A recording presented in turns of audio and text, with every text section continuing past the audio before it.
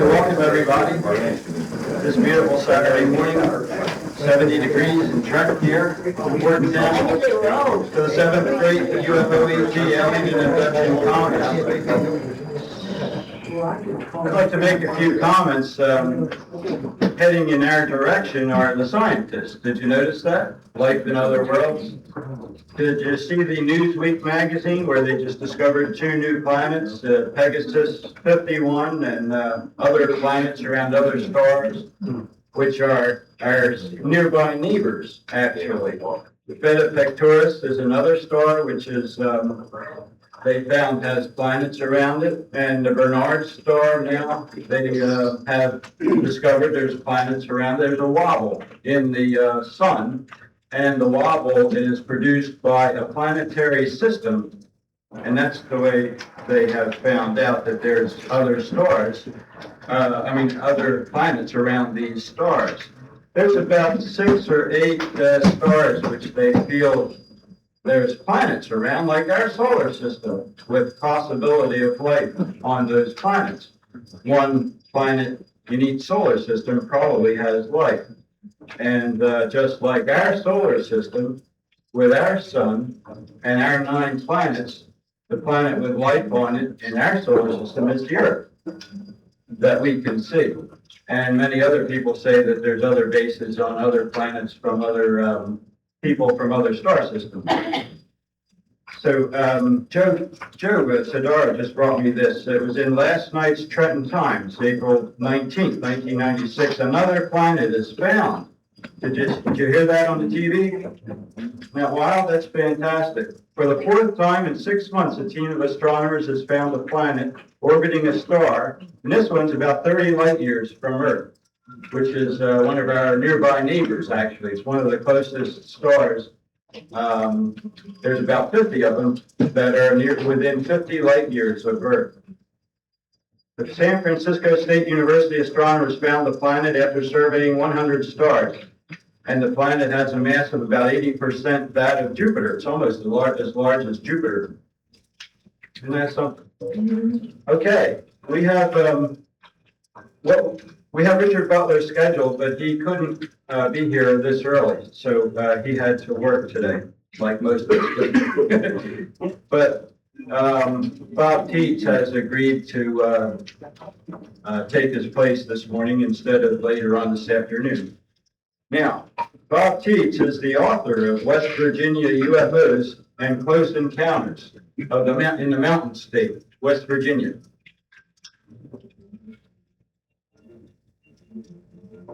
Bob's lecture with slides will excite you. Investigating 125 UFO cases. He found giant birds, great balls of fire, monsters, Mothman, angels, aliens, abductions, and ETs. Bob goes into history as far back as 1830 in his research, and it's going to be a real exciting talk. Bob Teets, everybody.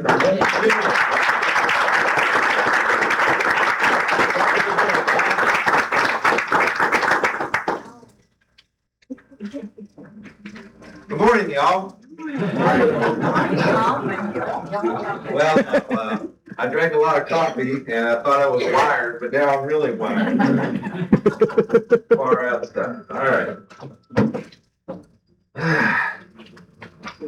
Well, I'm still working from old technology here. I've got overheads. I don't have slides. So the technology hit West Virginia, but they want $3 a slide to reproduce.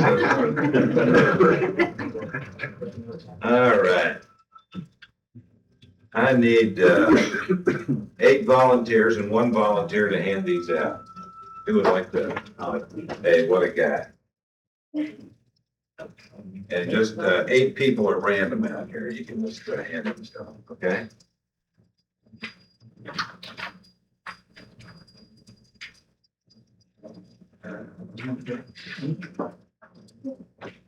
How about some over on this side?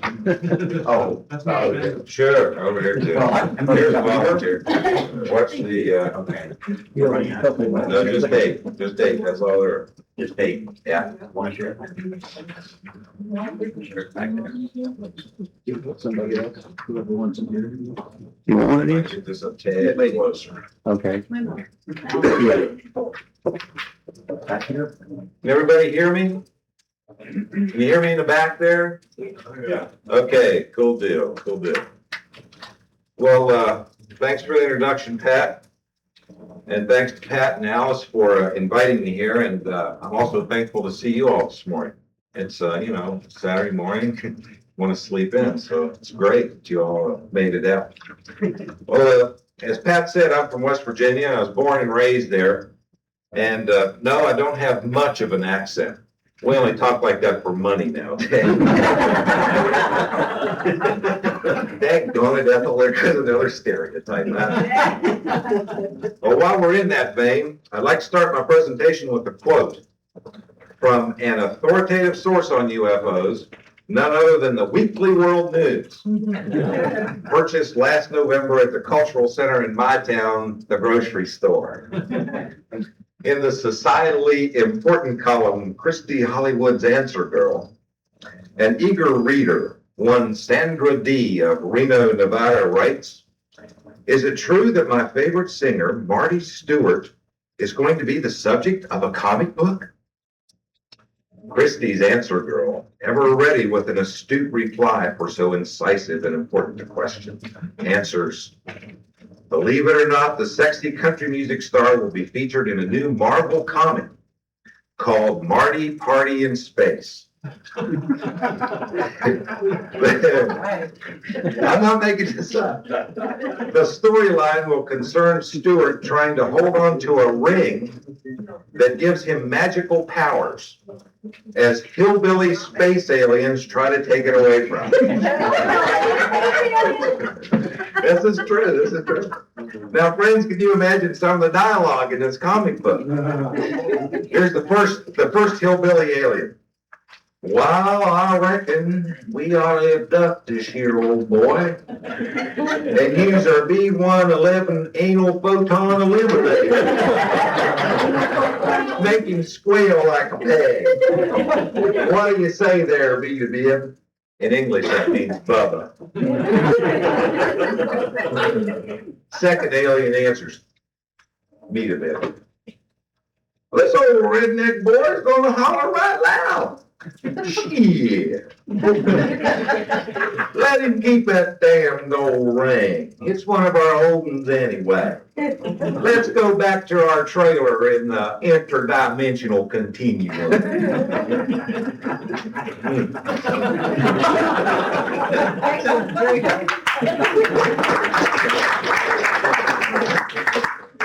So much for stereotypes. I'm here to talk about real West Virginians who have reported quite succinctly and generally intelligently, I might add, some very interesting UFO cases. First, a bit of background. I used to be a journalist, though I never had the right stuff to write for top publications like the Weekly World News. I just freelanced for years, and then in the early 80s, became the publisher, editor, photographer, reporter, classified ad salesman, obit writer for a little weekly called the Preston County News and a weekly shopper, all compiled for the 10,000 households in my county, West Virginia. After my years as a muckraking journalist, I then became a muckraking book publisher. And then around 1992, a former colleague of mine in the newspaper profession began to tell me about his working for something called the Human Potential Foundation over in Falls Church, Virginia. Said it was a nonprofit foundation funded primarily by the billionaire Lawrence Rockefeller, and that among other things, it was tasked with investigating areas of so-called new science, consciousness, and of all things, UFOs. One thing led to another, and I was soon managing editor of the Human Potential Foundation Press, and running all over the country chasing down UFO stories and people who chase down UFO stories. So I guess that no matter how far away from the newspaper business I get, I still consider myself to be a journalist. And while I was with the HPF, I thought of myself as a reporter whose beat included coverage of Cosmic City Hall. And in a nutshell, here's what I've found so far. The UFO phenomenon isn't so much about extraterrestrial beings and exotic spaceships as it is about various groups, terrestrial and otherwise, attempting to control our perceptions. It's about power and profit and love and other neat stuff, if you're into that sort of thing. Somewhere between the arrival of an alien race on this planet and the latest book about a human's abduction by alien beings, there resides a rich and seductive lore about UFOs that affects your perceptions of this enigmatic phenomenon. This presentation will not reveal the final truth about UFOs. Presently and by design, there is no truth, just perception, the motherlode of deceit or of nirvana, depending on the one who's interacting with you.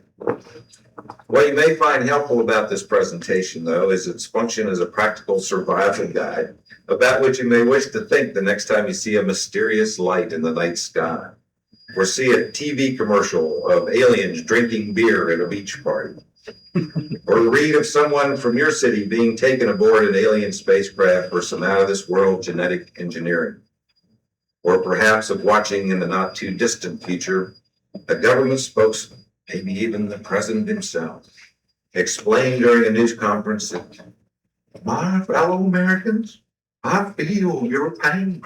And oh, by the way, they have landed.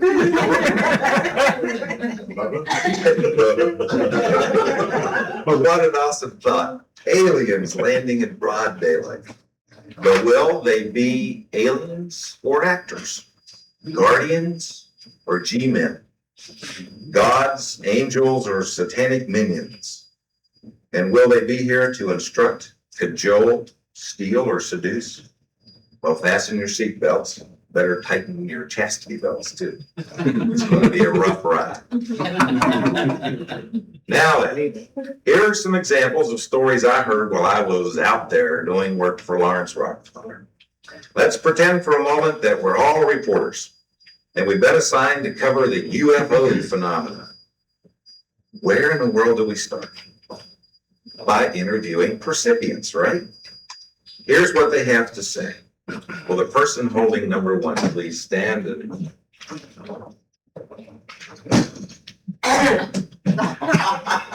Well, I'm a scientist, so I can tell you that while I'm not sure what these crackpots are seeing, I'm positive that it can be explained by science, not science fiction.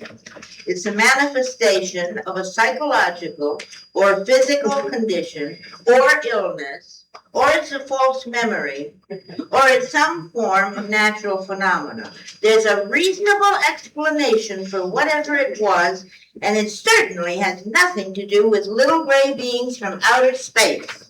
All right, so science weighs in with its opinion. All right, who's got number two? I got it. You want this in the old West Virginia accent? There you go. I'm not sure what it was, but it seemed to appear out of nowhere, almost silently, you know? I mean, it was hovering, but it had like heat waves around it or something, and then it just sort of zipped around from here to there, quite like a mouse.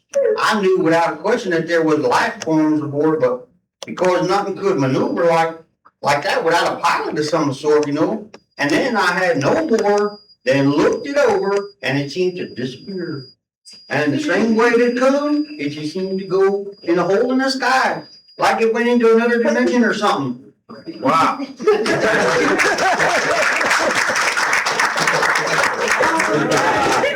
Reminds me of home. I detected a little PA accent. That's all right, you did good. Okay, number three. Number three, yeah. Well, when I looked up, I knew without a doubt that what I saw was an angel. I felt so wonderful inside that there's no way it could have been anything other than that. Definitely, it was an angel. It changed my life. I now feel love for all humankind. And I understand the Christ consciousness that others have spoken about. An angel, for sure, a messenger of God.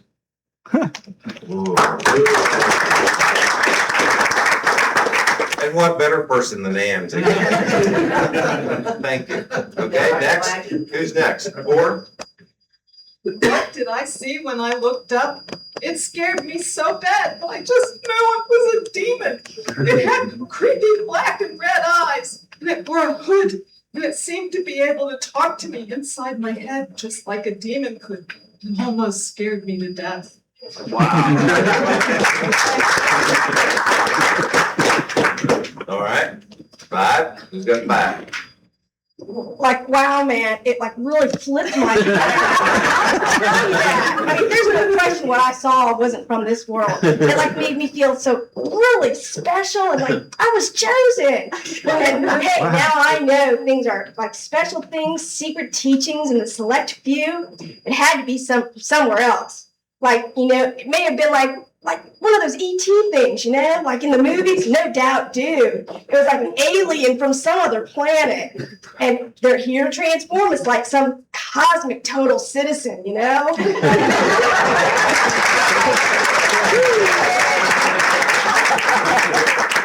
Wow, that was superb. Like, wow, man. Oh, consciousness. Oh, yeah, what? Oh, Bebe. Okay, who's next? Here we go. Short and sweet. What was it I saw? I was gazing into my crystal ball and consulting my Ouija board last night before this happened. So when I saw this thing later, I knew instantly it was from the spirit world. All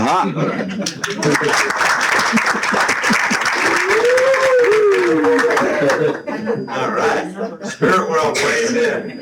Okay, who's next? What was your number? 7. This was, 6. okay, 7.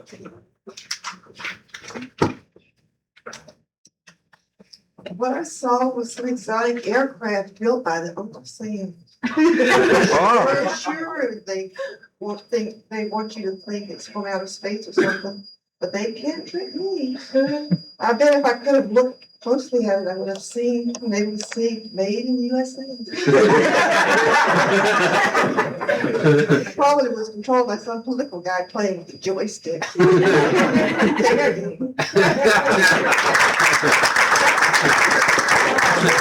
Did you all hear that back there? Did you hear it okay? Yeah. I'll repeat it. Let me read it. You have such a wonderful voice. It's soft. Section. Watch him. Okay, this witness said, what I saw was some exotic aircraft built by Uncle Sam. Sure, they want you to think it's from outer space or something, but they couldn't trick me. I bet if I could have looked closely at it, I would have been able to see a made in the USA stamp on it somewhere. It was probably controlled by some military guy playing with a joystick, you know, like one of those Nintendo games. All right, now, number 8. Well, whatever it was, should convince us of one thing. We are all citizens of Earth, and we should unite ourselves. It's about planetary consciousness. Whoa. Forget what country you're from. Forget the artificial borders we've created all over the centuries.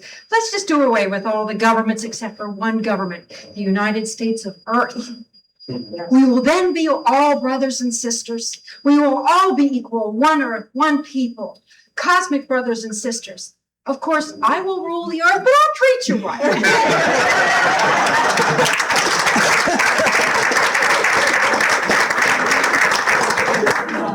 Okie dokie. Now, those responses all fit rather snugly in a briefing document entitled The Matrix of UFO Beliefs.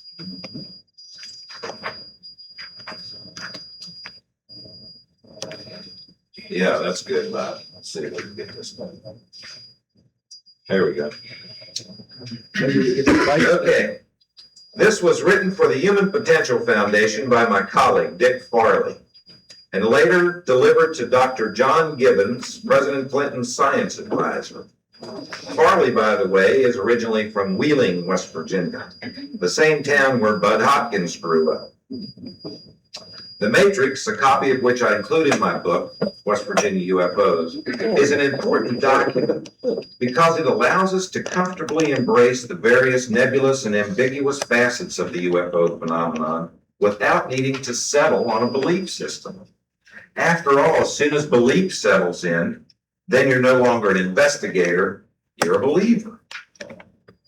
Now here's the Matrix, and essentially attempts to explain UFOs as perhaps encompassing the following. All sightings, except for a small minority which lack detail, can be explained in terms of naturally occurring phenomena. So that allows for the scientific view. Now, craft from off planet, but from the visible universe. Interdimensional penetrations by intelligent life forms based in or operating from another parallel overlapping dimension than our own space-time. Earth-based others referenced throughout history, who may be other life forms or predominantly resident in realms or dimensions we term spiritual. 5, hoaxes or dramatic scenarios perpetrated by various intelligence organizations as part of broader security or disinformation campaigns. 6, broader social engineering or population mind influencing programs designed to promote a more universal planetary consciousness and to reduce the influence of nationalistic or religious traditions. And finally, any combination of the above, including all of the above. Intent unknown. Now here's the second page of the Matrix.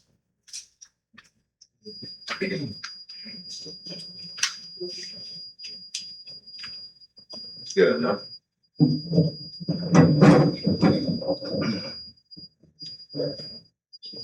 Possible U.S. government levels of awareness, involvement and or control of the phenomenon termed UFO. No activity in as much as the phenomenon are explained by naturally occurring events, just like page 1. Aware, the government is aware but not directly involved or in contact with the perpetrating forces. In contact to some degree and cooperating with at least some of the source phenomena or entities, either for technology trading or because government believes it has no choice. Another possibility, the government is the perpetrator of at least some of the phenomenology, perhaps drawing on the source experience for ideas and methods, but employing the events for other purposes, such as intelligence, disinformation, or to alarm other nations.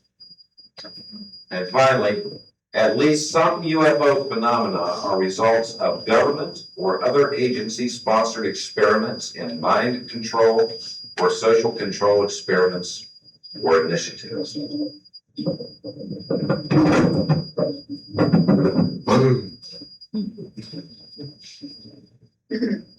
Along with the Matrix, the Foundation also presented a number of books and annotations to back up each of these Matrix categories. Obviously, this Matrix is a pretty radical document, given that it was presented to President Clinton's science advisor right there at the White House. It remains, though, one of the best assessments of the UFO phenomenon I've ever seen, in that it allows for the greatest number of possibilities to account for the phenomenon's incredible variety of experiences, and as TV private eyes call them, perps, or perpetrators. And it doesn't force us into a particular belief.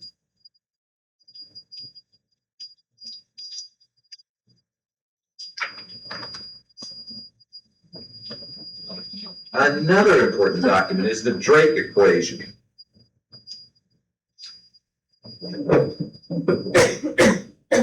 The most important part is out of sight here. Let me whip this thing up there just a little bit. Oh, I'm seeing West Virginia again, yes. Okay, it's developed in 1961 by Cornell University astronomer Frank Drake, who was part of the first SETI team, which thought they had detected signals from outer space at the Green Bank, West Virginia Radio Observatory. This is a very important thing for us to keep in mind here. This was an attempt, an early attempt, in this century anyway, of science to think about the possibility of there being life or intelligence off of our planet, trying to interface with us in some fashion. That's why this Drake equation is so very, very important.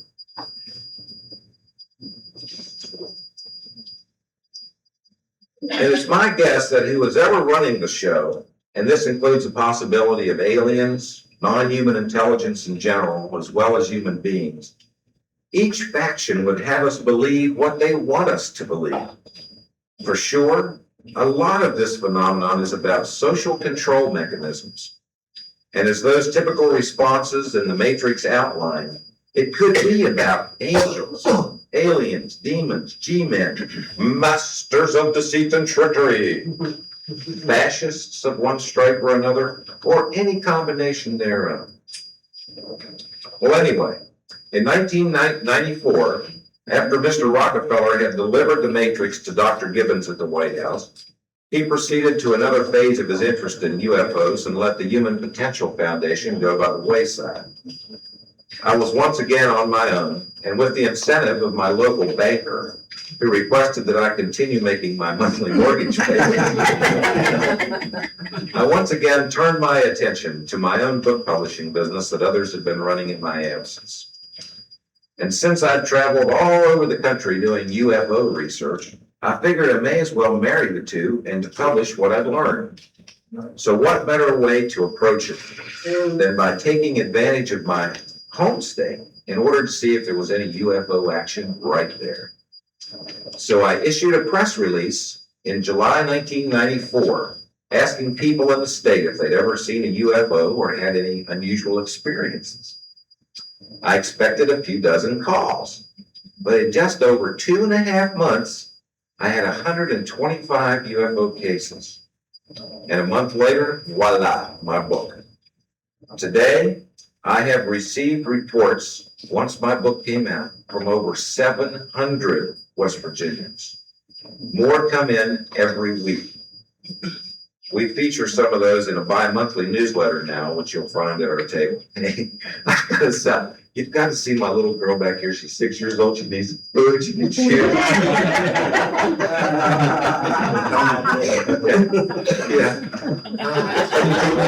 Hi, my little one. I'm working for you. All right. Now for some of those cases. West Virginia does have a rich history of anomalous phenomena, even before it became West Virginia in 1863.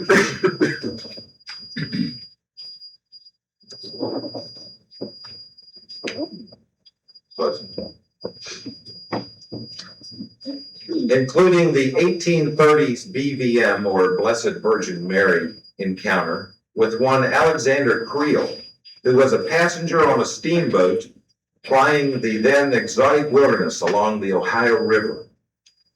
In this instance, the Blessed Virgin Mary told the gentleman to purchase the land he was just then observing because it would eventually become a happy and prosperous city.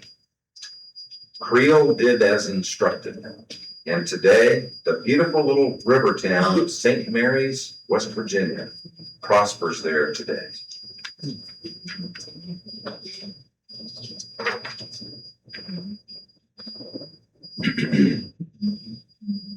Years later, in the late 1800s, a group of New Yorkers followed a burning hub of light in the sky, as they described it, all the way from their home state of New York to the boondocks of West Virginia.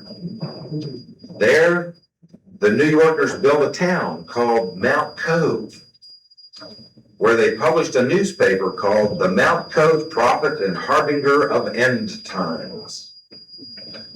Turns out the New Yorkers may well have presaged and demonstrated a new phenomenon for modern day West Virginia. That of New Yorkers coming down to warn us hillbillies of apocalypse and prepare us for the end times.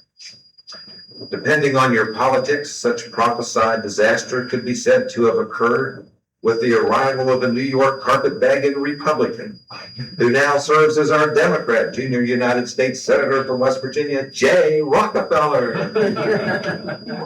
Don't suppose Lawrence sent Jay down there to check on UFOs, do you? Funny to think about that, especially if you've ever read a 1995 novel entitled Brother Termite by Patricia Anthony. Has to do with a secret alien government that runs the U.S. government. And they're headquartered in, yes, West Virginia. I tell you, it is an interesting place. A lot of X-Files episodes are centered in West Virginia. An aircraft gyroscope expert once told Bray Barker, a controversial UFO researcher and author who lived in West Virginia, that a 5-county area of the state, including the county where I live, was a mini Bermuda Triangle of the United States because of all the electromagnetic anomalies that occurred there. This includes a huge number of UFO sightings. And now, for another West Virginia case.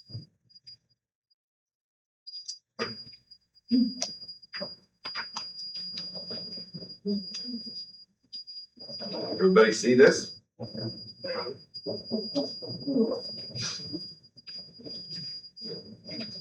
On July 21st, 1864, and I'm not going to drone on about history here, but stick with me. This is kind of interesting. In the midst of the Civil War, a 38-year-old dentist sat down at his desk in his office on Pennsylvania Avenue in D.C. It was his birthday. And while he awaited the arrival of a patient, the dentist, a guy named Dr. Malin Loomis, sketched out his plan for a wireless communication system. In effect, he invented radio that day in 1864. A short time later, he was granted a patent on his system, and after several years of successfully testing it on mountaintops, primarily in West Virginia, he demonstrated it to the world. The United States Navy was interested enough to grant him a large sum of money at the time, $50,000, to do further research and development, but the government never came through with one payment. Said the Civil War had cost too much and the reparation costs were simply too heavy to be funding such silly research. So in effect, the government stiffed him. One wonders if the Navy, however, for whom he had demonstrated his system, just as it is suspected of doing today, just simply didn't take the technology and move it into secret research.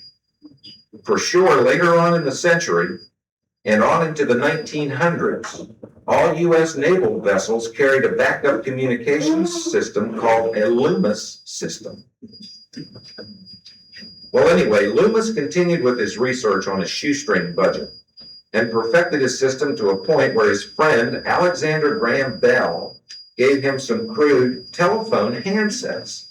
And Loomis hooked them up to his system and established voice communications without wires in the late 1870s or early 1880s, at least 20 years before a guy named Marconi was hailed as the so-called inventor of radio. Amazing. Now, here's what's really interesting and relevant to our discussion.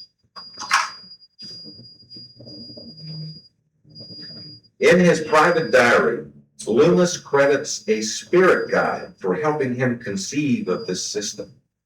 In other words, a non-human intelligence transmitted knowledge to Loomis. In short, Loomis was a contactee. Also in his diary, Loomis foresaw his system being used not only for communication around this planet, but for communication between planets. Was Loomis's spirit guide simply an ET who wanted to phone home But who had to teach a human to first make a phone?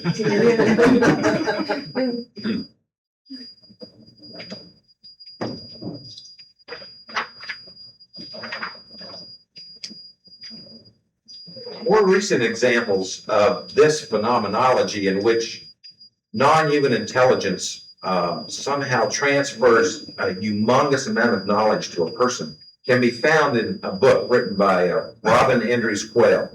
It's called Prodigies, and she refers to these people as ETIPs, extraterrestrial telepathic intelligence phenomena, in which people one day will have a certain IQ at a certain level, they'll have a contact experience, next day their IQ just blossoms and explodes, and they have all of this information, and it's coming out of their heads, and their friends think, whoa, these people have completely, my friend has completely gone off the deep end. He's gotten really weird. He's talking about interdimensional stuff or quantum physics or whatever it is. And this is a real enough phenomenon that Robin wrote a book about.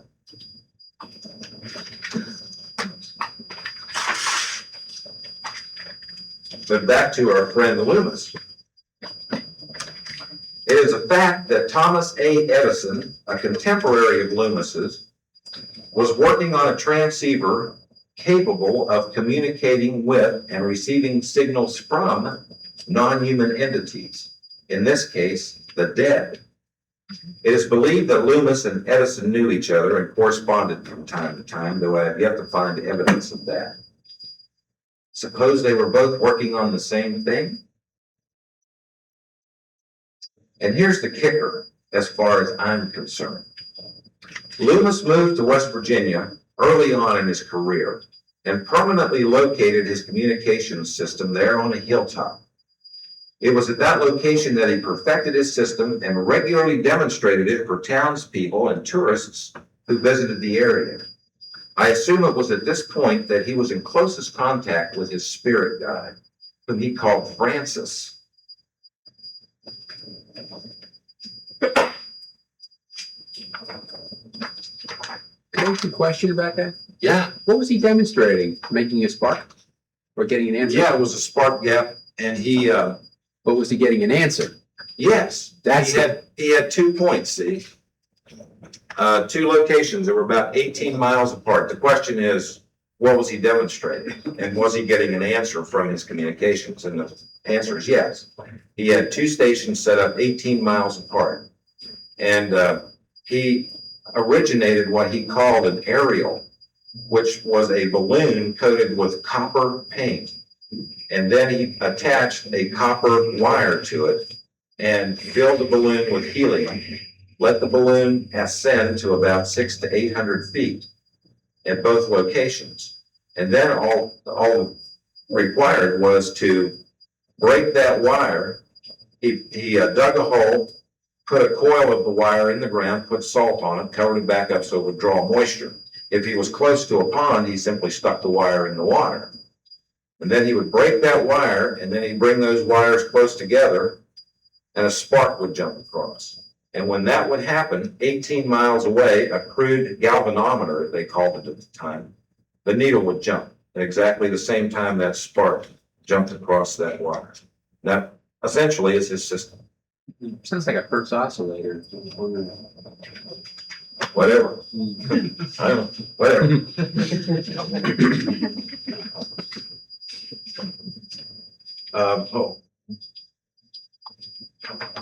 And please feel free to ask questions anytime.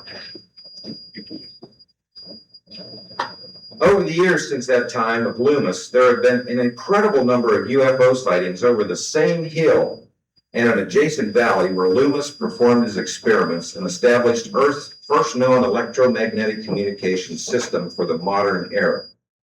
Sightings continue there now.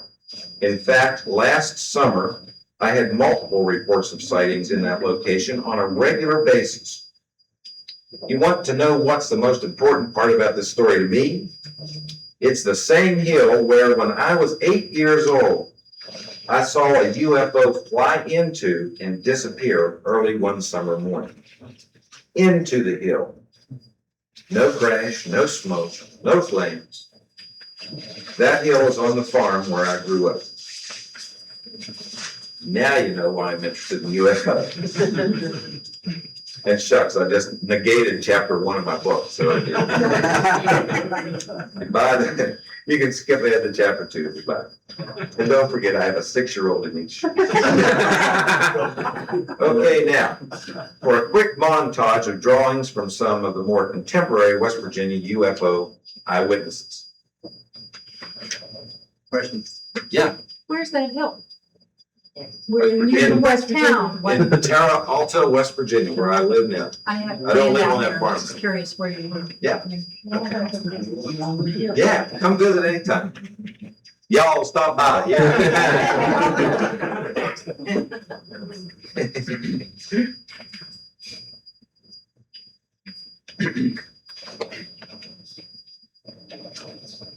With the exception of the little guy up there in the corner, these drawings come from one of several eyewitnesses to a series of sightings in the early 1990s.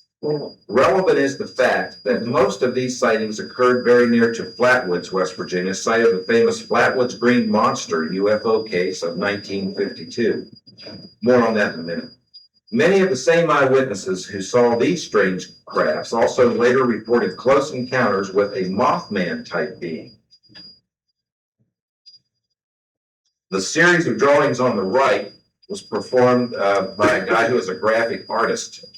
And as he and friends watched this UFO, it was what might be called kind of a shapeshifter, in that it took the shape of all of these different designs over here. And the bottom two show the way the bottom of this craft changed, or transformed, or mutated, or whatever you want to call it. The one on the left here, the two circles, again, that is one that one would call the barbell UFO, except this one then split, and one of the discs flew off at a very rapid rate of speed, while the other one hovered. And this was a relatively close distance from the recipients, or from the eyewitnesses. And then finally, it zipped off in the other direction.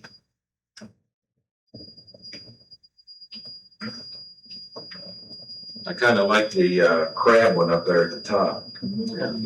Bizarre.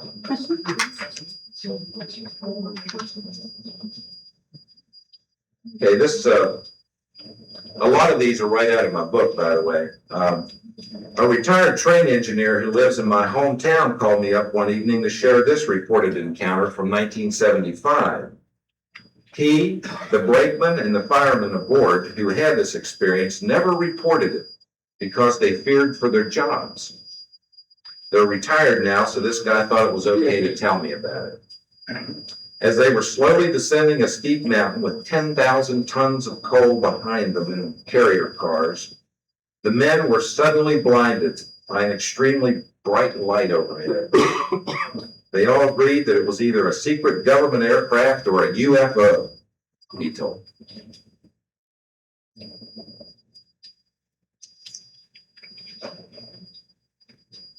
Here's a series of 5 drawings from a multiple contactee.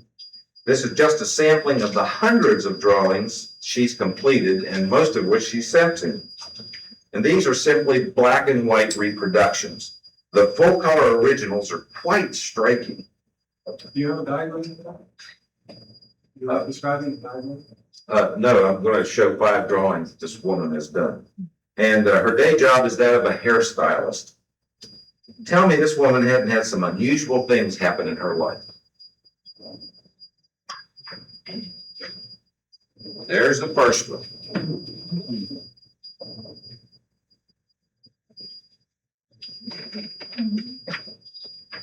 Number 2.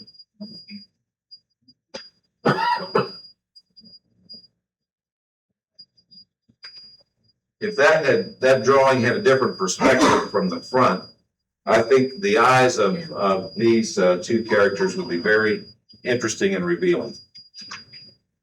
Number 3. That always brings a wow. That always does a wow. Heavy stuff. Here's one of my favorites. This is really cool.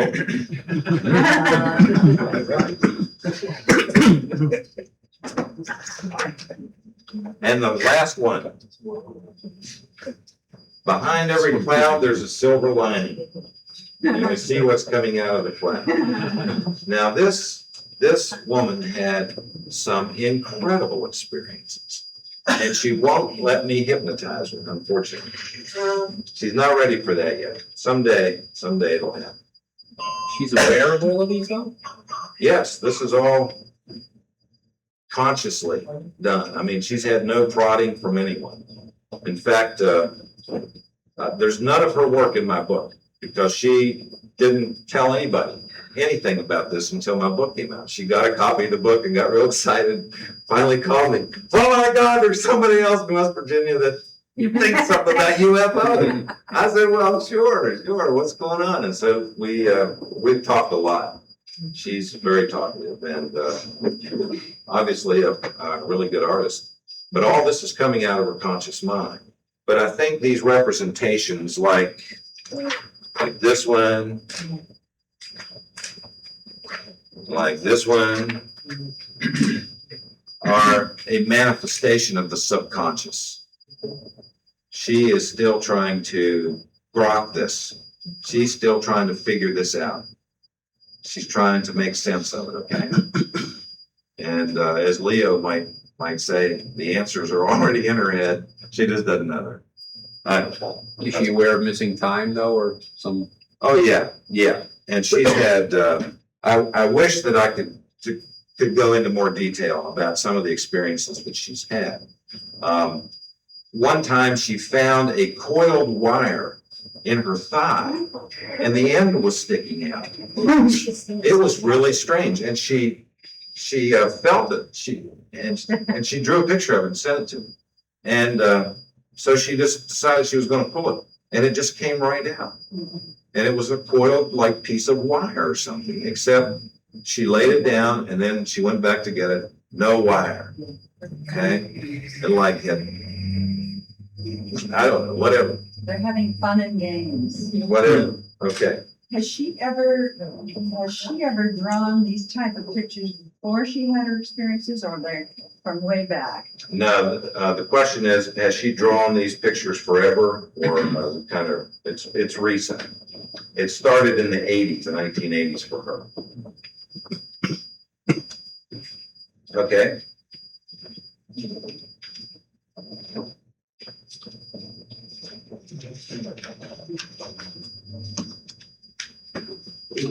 Here's an artist's conception of the 1952 Flatwoods Green Monster case I mentioned a few minutes ago.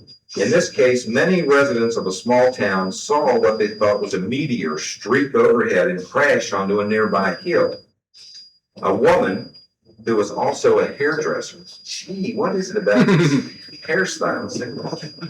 And a group of boys ran up on the hill and reportedly encountered this creature. Skid marks were also reported by others, but no crash debris was reported.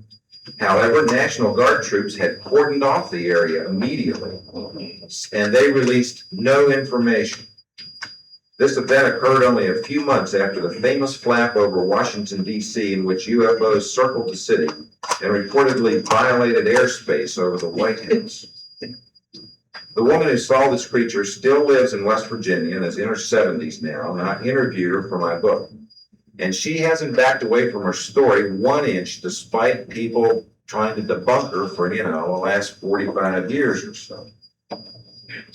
Interestingly, one of her sons who was with her during that encounter went on to make a career in the CIA.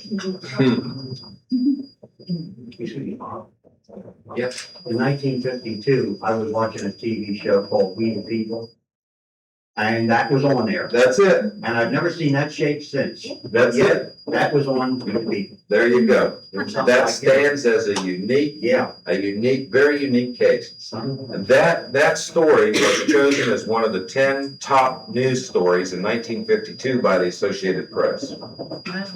And they flew this woman all the way, she had to drive to Charleston, and they flew her to New York where she appeared on this program. Yeah. Yeah, and she's a really cool woman.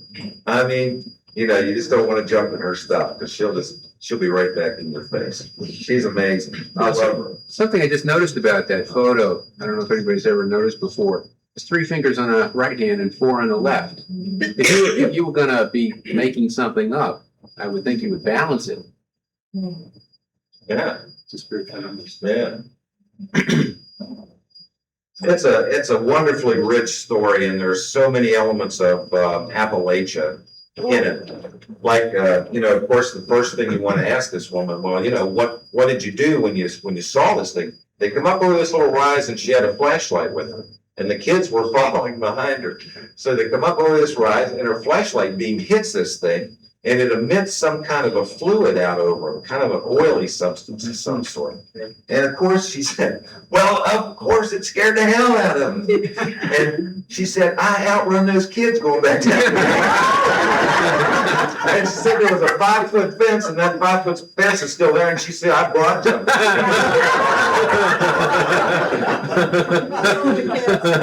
Unfortunately, the National Guard troops took the clothing from the people who were there. And she just got home from work, and she wore what she called her uniform. She was a hairdresser, and it was a white, dress-like thing. And it was covered with this oily substance, but the National Guard took all her clothing away. Now, Ivan Sanderson investigated this case, and I really am looking forward to meeting the gentleman who's going to speak here who worked with Sanderson, because I know another guy who lives in my area who worked with Sanderson. And I have Sanderson's a copy of his original report from the 52 case. And this was not the only event that occurred that day. Actually, there were 3 different, what Sanderson called constructions, which implies that somebody made them. Because even though the National Guard said that it was simply a meteor, Sanderson pointed out, I'm sorry, but meteors don't take right turns. And one of these constructions went almost parallel to where this one hit in Flatwoods, and almost it made a 90-degree and went downriver toward Charleston, and it crashed down there on a very remote mountain called James Mountain. And I interviewed in my book a guy who lives on an opposite mountain from James Mountain, and this guy's had incredible experiences. And I just know that at some time I've got to go to James Mountain and look around there. This is so remote and so hard to get to that there still may be something there, even though it's been 47 years. So the National Guard are in cahoots with the government in this case? Well, it would seem in 52, and the mindset was a lot different in the 50s, of course. And we were still worried about the pesky Russians. And this woman told me, Kathleen May Horner is her name, told me that the government, and I don't know who that was, she doesn't remember, she just said a guy from the government, told her that this was a prototype of a moon vehicle that the United States government was testing. I mean, give me a break. Right, yeah, 1952, and this thing can look like that and like hover and come up and spray with stuff. Yeah, right. Okay, well, who knows? Did they say which direction the 90-degree turn was? What direction? Yeah. Well, let's see. Right or to the left? It would have been to the right, which is to say southwest toward Charleston.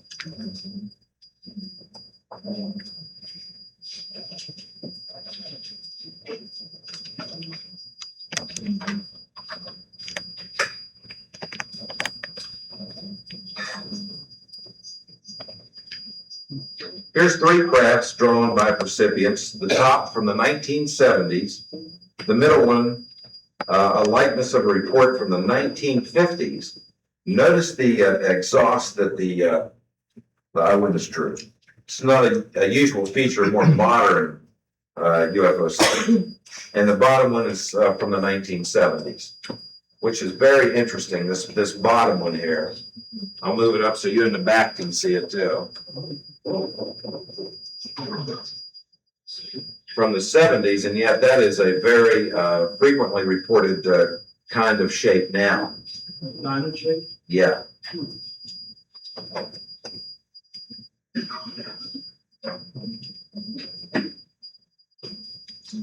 they have any idea where those diamond shapes come from?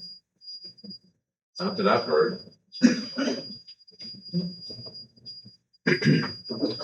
Here is an incredible case, and I love this case. This is almost like a quintessential Appalachian kind of mythos behind this, okay? 2 guys out hunting. They've hunted hundreds of times together since they were kids, okay? They're up on this mountain. It's called Peter's Mountain. And if you see Peter's Mountain, it is it's incredibly steep at the top. And it's one of those places when you get on the top, it's almost, you do almost hand over hand to get up, to get near the top because it's so steep. So you're holding on to saplings and whatever. These guys have been hunting for years together. Okay? Well, they're out this night and suddenly it gets dark and he says, we've hunted forever together and we've never stayed out beyond dark. You don't want to stay out beyond dark on Peter's Mountain. It is asking for death. This is the most insane thing that a person could do. And yet suddenly it was dark. It's like, we don't know what happened to us. So we say, okay, well, we're going to freeze to death if we stay up here. This was in November, okay? And so they start making their way down, arduously down off this mountain, hand over hand, holding on to saplings and whatever. And finally they get down to kind of this little plateau. And they're walking out across the plateau. And the guy looks over his shoulder and he sees the moon. And he taps his buddy and he says, wow, look how great the moon looks. And the guy turns around. Both of them turn around and there's no moon. So they walk along a little bit further and the guy looks back again and there it is. He said, now look, damn it. And they look and no moon again. And the guy says, are you just losing your mind or what's going on? So they go a little bit further and the 3rd time he looks, there's the moon, taps his guy on the shoulder. They turn around and the moon zips in towards them. And they both feel, oh my God, they're both really threatened. So they're bow hunters. So what do? They draw back their bows. They're ready to defend themselves. The moon has just suddenly come very, very close to them. And I said, well, okay, so what happens next? He says, well, it was like we stood there and we were both ready to fire. I said, I was ready to let go. And then he said, you know, both of us simultaneously dropped our bows and arrows to the ground. And I said, well, why in the world did you do that? He said, well, come on.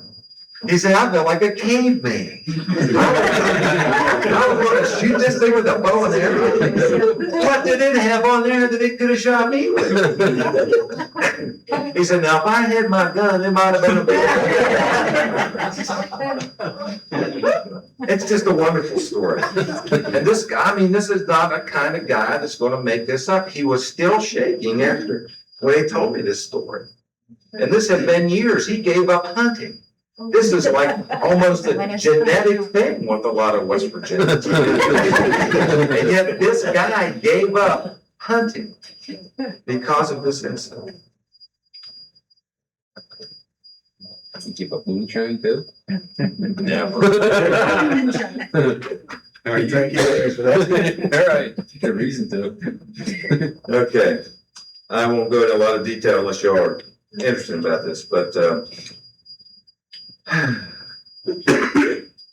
high school English teacher recalled this scene for me. This is from the 1970s, I think. Yeah. This was near Wheeling, West Virginia, by the way, where this sighting was put.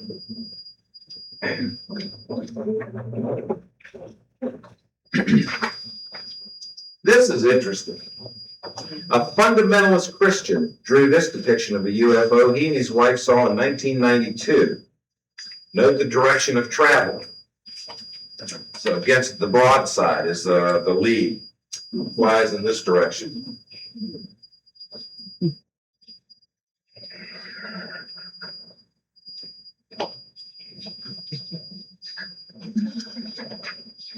And this guy has continued to do reports for me in a newsletter. And his uncle has seen UFOs that he reports are bigger than football fields. And they go over, well, for one thing, where they live is a place called Yeager, West Virginia. This is a wonderful little town down in the southern part of the state. And I mean, it's so far down in this valley, you know, you gotta like pump sunshine down. It's amazing. So these mountains rise way up over top of these people, you know. And so they'll see these humongous UFOs go over very, very slowly. And he'll say sometimes the front of it will be over this mountain and the back of it will be over that. And these are fundamentalist Christians. This whole family, their name is Church. Ah, yeah. Okay. A prominent businessman and his son, who was in law school at West Virginia University, were traveling along Interstate 68 in 1992 when they saw this scene. A crystalline test tube-like UFO appeared to be headed for disaster into a valley behind a rather famous landmark, the home of a very rich industrialist in the area named Racy. As they proceeded up the road, however, and came into view of the small, narrow valley, the craft had disappeared without a trace. Before this event, the man was a wild-eyed skeptic about UFOs. This incident, lasting only a few seconds, completely changed his life, he told me. A former atheist, he is now enmeshed in serious metaphysical and spiritual study and reflection. Given the fact that Mr. Racy, who lived in this house, or lives there now, ran for United States Senate, I kind of like the imagery of this phallic symbol. This politician was going to do to us, maybe it's good to get elected.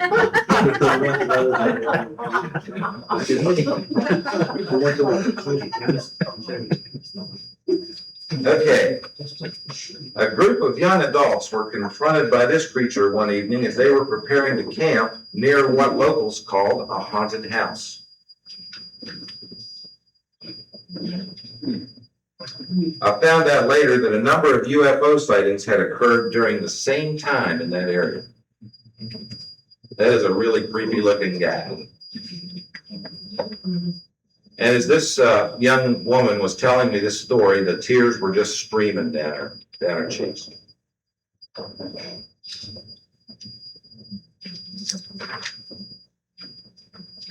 I don't know if I can get all this on there or not. I'll whip it over here just a little bit. Okay, this is taken from another book that I'm working on entitled The Art of UFOs. I use it here to show a drawing of a so-called Mothman, and the arrows will point to it, immortalized by John Keel in his book, The Mothman Prophecies, where dozens, perhaps hundreds of West Virginia residents reported seeing this creature at the top left up here during the 1960s. Compare this with the drawing of the so-called Jersey Devil, reported in these parts in the early part of the century. The other arrow is pointing to the IM-49 there. That is a drawing of the Piazza bird from prehistory, or from the great Southwest of Native American Indian cultures. And you'll note a lot of similarities between the Piazza bird there and the Mothman creature.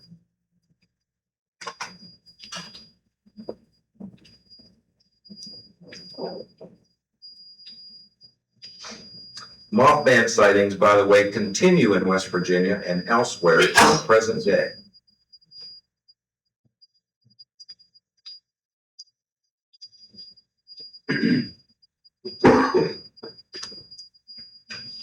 Now, I'm not doing an ontological thing here, but although these aren't drawn by West Virginians, these various beings are frequently reported by eyewitnesses in West Virginia. And when witnesses tell me they couldn't possibly draw a being that they encountered, I will, as a last resort, pull out this sheet, which shows these beings, and kind of like mugshots, you know. And generally, they'll ID one of these.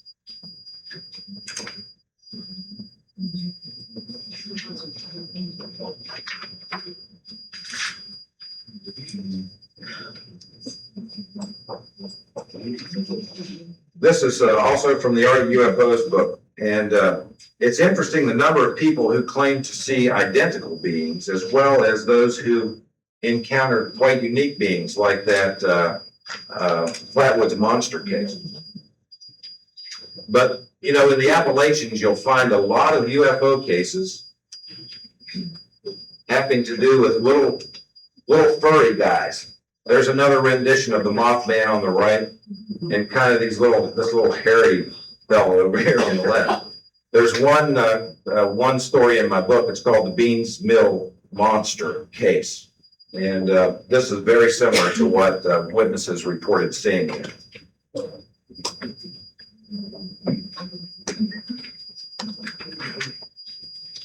Are we doing okay? You might want to stand up and stretch or something, or are we doing all right? All right. Pat told me I had 2 hours, and I said, no, I didn't, would it? Okay. These are drawings from 2 eyewitnesses in West Virginia. On the left, those 2 beings drawn by the same person, okay? I'm using a pseudonym. Her name is Angela. Okay, I just pulled that out of thin air. She didn't want me to use her name. She lives in Morgantown, West Virginia. She had close encounters with these beings. Okay, fine. The drawings on the right are the ones that, to me, are most interesting because they were drawn by a young man who is in his late 20s. He's a prominent businessman in a good-sized town in West Virginia. He wears the 3-piece suit. He has a conservative haircut. This guy looks like a poster child for the Chamber of Commerce or something. He lives in an apartment and he plows all the money he makes from this business. A family helped him start this business, and now he's on his own, plowing that profit back in there, growing this business. I mean, this is an up-and-coming young guy that you passed on the street and said, whoa, what's this guy's problem? He just looks like too average. He's too normal. He's like, the quintessential American up-and-coming kind of ladder climber here. And yet this guy claims to have been abducted by aliens 1,500 times in his life. What it does. Now, it was because of this one case that I learned hypnosis. I wanted to get in there and figure out see if we could explore what is in this guy's subconscious. He doesn't need any help recalling a lot of the incidents, but when we got into the hypnosis session, and I printed pretty much verbatim in the book, some of the concepts that he was feeling that the aliens were doing, some of the motivations that they had for doing what they were doing to him are most striking. Like he said, they were taking energy, they were tuning him in some fashion. They were tuning him, and I mean, this is like a pretty interesting kind of thing for old country boy like me to hear, being tuned somehow. And these, the drawings, the drawing at the top explains how they were doing this tuning process. And he was laying on the bed. That's his depiction of laying on the bed on the left there. And then this being was halfway up through the floor and had some kind of a crystal substance on his nightstand. And he was like holding the alien was holding its hands around this crystalline substance. And this guy got this tingling sensation all up and down his body. I won't detail more, but it's just fascinating. Fascinating thing.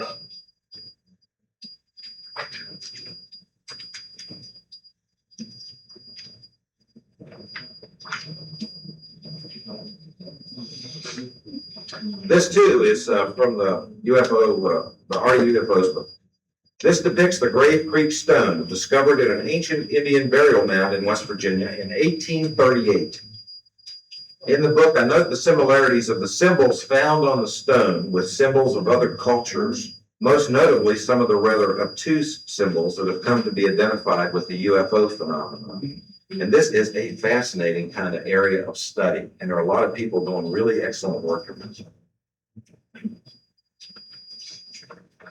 Question? Yeah.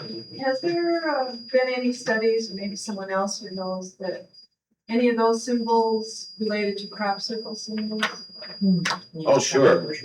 Sure, we all know that's. That's the first thing they look at? Well, yeah, that's the first thing I looked at. This Grave Creek Stone isn't really like widely known, you know. It has something to do with West Virginia, so nobody cares. And so, but I find it fascinating. So yeah, I've like done that, and that's what I'm doing. That's where my book is headed, in those kinds of interesting directions. Are any of these symbols at all related to cuneiform? Yes, and interestingly, Mario Pasaglini wrote a book called Alien Writing, I think, or something like that, okay? Pasaglini, if you can remember the name. It's still for sale through like Arcturus Books and whatever.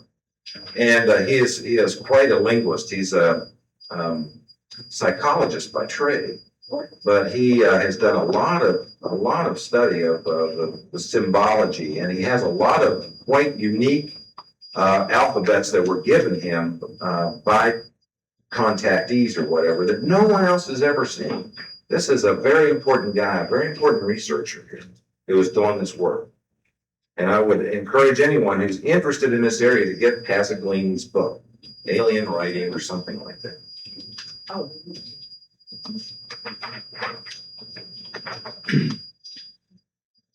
Now, you know, reporters aren't infallible. And I think I always try to maintain a pretty low threshold for bullcrap, but you never know. Now, this particular story involves a guy who I never got to meet. He would never meet me. We only talked on the telephone. So I don't know if he was like making this up and, you know, he was like, okay, I'm a liar and I can't look you in the eye, so I'm just going to lie to you over the phone. Essentially, this story, I find this to be most apocryphal of about any I heard in the state. But here goes, and I'll try to give you a Reader's Digest version of it. This guy had just gotten divorced. So he went to a movie by himself. And, you know, I guess he thought, well, do a movie and then maybe I'll get lucky, whatever. He's like in his late 20s. The movie, by the way, is Batman, okay? And so he went to the late feature, so he got out about 2 o'clock. And it was at this huge mall in Beckley, West Virginia. And so he pulls out of the mall and up on the main road, and he's driving an 83 Mustang convertible. Okay, this is important. I have an 83 Mustang convertible, so I know what kind of, I understand, you know, it's kind of one of them macho things. That was my last flirtation with you. And I was 33 years old when I bought it, 1983. All right, so he's starting to go through the gears, and he looks over, and here's this pregnant woman running alongside the road at 2 o'clock in the morning. And he's thinking, oh my God, I wonder if this woman's in trouble. So he pulls over, and she whips open the door and jumps in and screams, get the hell out of here! No, no, no, no, no! Like this. He's going, oh my God. So he floors this 83 Mustang. Well, this has a 5-liter engine. I mean, this car will get it, you know. He's laying over, he's hitting second gear. This woman, go, go, go, they're after me, they're after me, they're after me. He goes, oh my God. He's going almost 100 miles an hour, like just a half mile down the road, and suddenly lights pop up and he sees behind in his rearview mirror. And he's thinking, oh my God, I got some boyfriend that's just, he's gonna kill us all. Who knows, it's some wild guy, you know? And, you know, he probably got this big gun or something, he's gonna kill him. So he gives it even more juice. He's going right through Beckley, West Virginia, right around the outside on the, actually it's a 4-lane highway, thank God. But he's going like 125 miles an hour and these lights are sticking right with him. So they're whipping down here and she says, turn here. He goes down the gears, he's sliding sideways down the highway, off to the right he goes, back up in his little road. She says, no. He really gets up there. The lights are right behind her, right there. So he says, I can't take anymore, I don't know what to do. So he just stops. And he said those lights behind him just went right up over top of him. Went right on up in the sky and stopped and just shined right back on him. I said, well, that even scared me worse than the gun. So he whipped it in reverse, slams the car back, takes off the other direction, fast as he can go, around turns and under bridges and everything, lights right behind him again. They're going down another back road. He just takes one. All of a sudden she says, pull in here. And he whips into this house. Well, this house is like fallen down. It is an abandoned house. She says, let me out here. So she opens the door. She takes off running toward this house. The lights from behind, whoop, right up over top of the house again, shining down on the house. The guy says, I've had enough of this stuff. He backs out the driveway. He's home. He just goes home. It freaks him out. Well, when he gets home, he's like a stickler for time, okay? He has all the clock in his car, all the clocks and the watches and stuff in his house are all precisely timed to the same minute, okay? This is one of his things. This is the way he thinks, okay? Well, he whips into his driveway, he makes note of the time, he walks inside, guess what? The time doesn't agree. You know, it's like freaking him out. Next day, he gets up and he says, I can't stand it. I got to go see what actually happened to me last night. He goes back to this place, okay? And he's looking there and he said, it's even worse condition than it looked at night. This place is like totally collapsed. And yet that's where the woman headed, into this dilapidated old house. Now he said, you know what's interesting about that is when she was sitting in the car, he said, I started thinking about this as I sat there and looked at that place. She didn't seem like she was like human. You know what I'm saying? And he said she was sitting in the seat and she was definitely pregnant, but her pants didn't wrinkle. You know, when you're sitting there and you get wrinkles in your, he said, there weren't any wrinkles. It was like it was solid or water or something. He said it was really, really quite bizarre.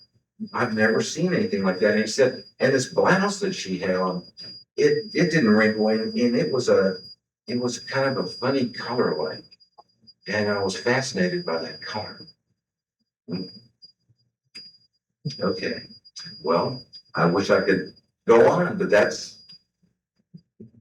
the extent of the story, because the guy wouldn't meet with him. So that, to me, is I don't know if it's true or not. Okay. What do you think about they were after her child? I don't know. We can speculate the rest of the day. It's one of those stories that kind of get you all up and then there's no data why. I don't know what to say. I had the same feeling. I'm going, yeah. That's where the lights, state police. Well, then the cops had to written him a ticket for sure. You're not allowed to drive through cities 125 miles. Okay. Here's a cute one, drawn by the woman who did the series of 5 a while ago. This kind of is I think a really good editorial comment. Everybody see that? Move it up a little bit. Well, I'm on purpose not moving. There we go. Okay, now can you see it? 1950. They're all running away from these UFOs. Save us, please, save us. I think it's a good time after this guy's story. Okay.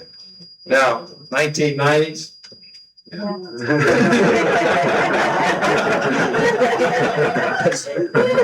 So true.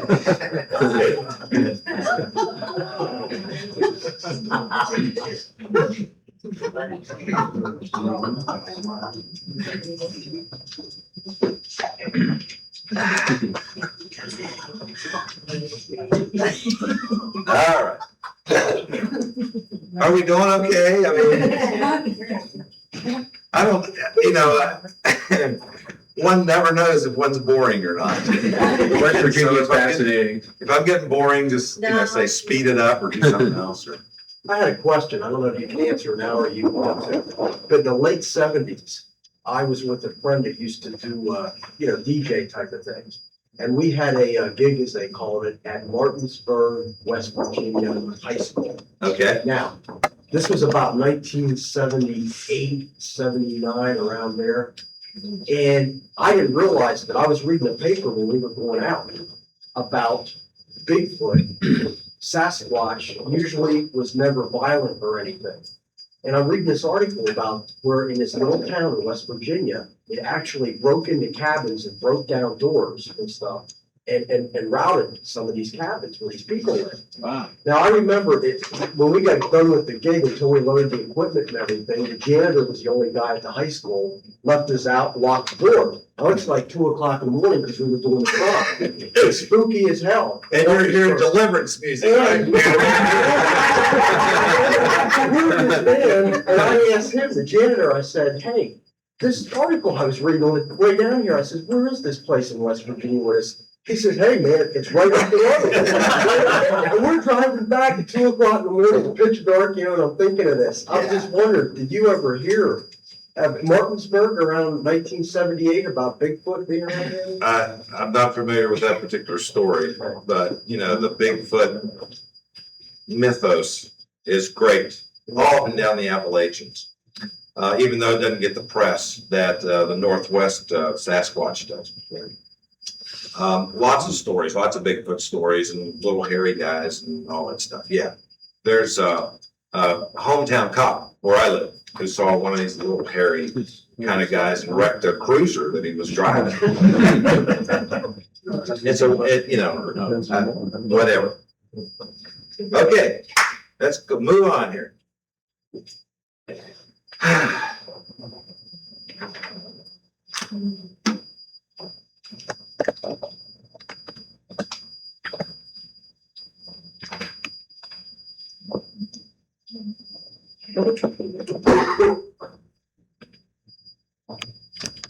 All right. These were drawn by West Virginians, but let's see. There are a few more likenesses here of beings encountered by people all over the world and confirmed by West Virginia eyewitnesses. Down here at the bottom, though, is an area for a fascinating comparison. I'll just read it for you. These pictographs, and that's the one here, top left and bottom right, represented heavenly God and divine to the ancient Hittites, who believed many such gods descended from the sky.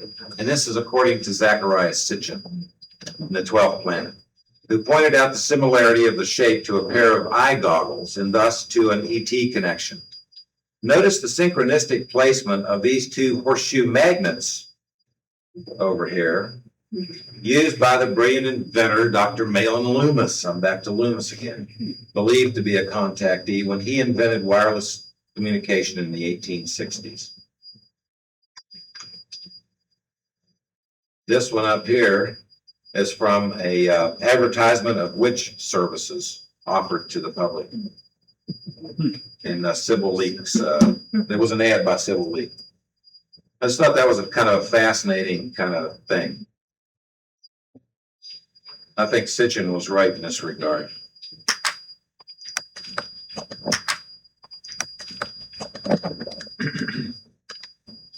And finally, one of my favorites. Static plan.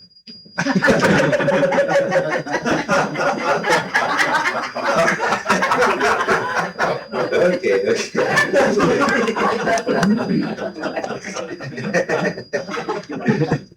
They're gonna get you. Yeah, I'll pay for this.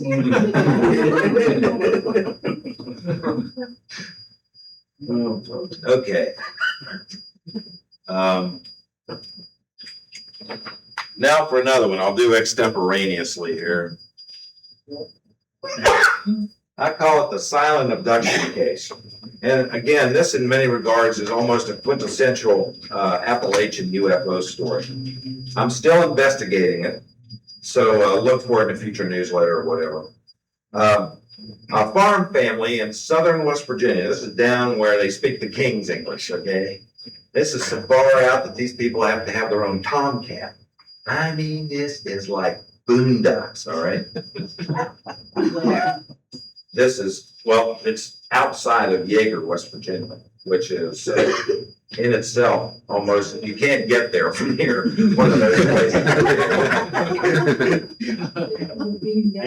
If you end up in Yeager, it's certainly by mistake.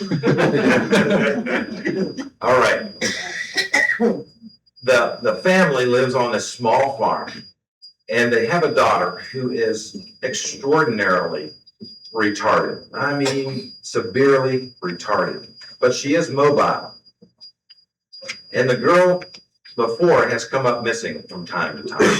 And they usually find her within a day or two, and she's wandering around in the woods. Well, this happened just last year. The girl came up missing. So the family fanned out of the farm and up in the woods looking for her, whatever. No girl. Next day, they looked some more, no girl. Well, they figured they better get some help. So they don't have a telephone. So the guy, the daddy, drives into town, does have a vehicle pickup, drives into town, goes to the local volunteer ambulance squad. In West Virginia, most ambulance squads are just volunteers. So guys, come on out and help me. My girl's missing again. So, a bunch of guys hop in the pickup and they go out. No girl. They look the whole day. Next day, they call the sheriff. Sheriff puts out a message over the airways asking for volunteers and whatever. So they, all these people start trucking out there and looking for this girl. No girl. Next day, the sheriff calls in the bloodhounds from over at Huntington. That's the closest place that has the bloodhounds. They bring the bloodhounds in, and it so happens that this girl was having her period, okay? So one assumes that was good news for the dogs because there was a stronger scent. The dogs, no problem picking up the scent from the house, made a beeline down this little valley down to the barn. And when they got to the barn, round and round the barn they went. Just the howling and the carrying on. It's like dogs will do. You can just imagine these big old floppy-eared bloodhounds just running around in the barn. So everybody goes down and look around, nothing. So they go inside the barn. They look around under all the hay, stacks and everything, nothing. And they think, well, maybe the old guy finally just got tired of her and killed her and buried her in here or something, So they start pounding around on the dirt floor looking for places that might just been loosened not too long ago. Nothing. Dogs are still outside just howling and going crazy, All right. Nothing. They find not a trace of this girl. Okay. 2 weeks later, a guy's walking up this old logging road, okay? And here comes this girl, barefooted, down this road. She's not harmed in any way. She's actually in pretty pristine condition. And mind you, she is severely retarded. And she can't even clean herself after going to the toilet.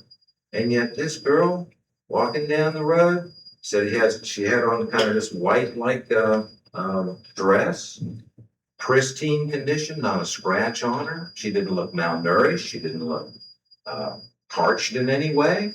She's fine. So he thought, I don't know who this is. So he took her home and then he called the sheriff and the sheriff come and get this girl. Turns out it's the girl. Turns out it's 15 miles away from her house. They take her to town, they take her to the hospital, they do the complete check. She hadn't been raped, she hadn't been abused, she's fine, excellent, superb condition. Okay? Tantamount to this story is that many people, the same day that this girl came up missing, reported many UFOs in the area. Whether or not there's a connection, I don't know. That's why I'm investigating. It was 2 days, you would have been very, very hungry. Did you say 2 days? 15 days. Oh, 15, well, then she would have been starving. Right, right. And 15 miles away. And that's significant as well. Okay.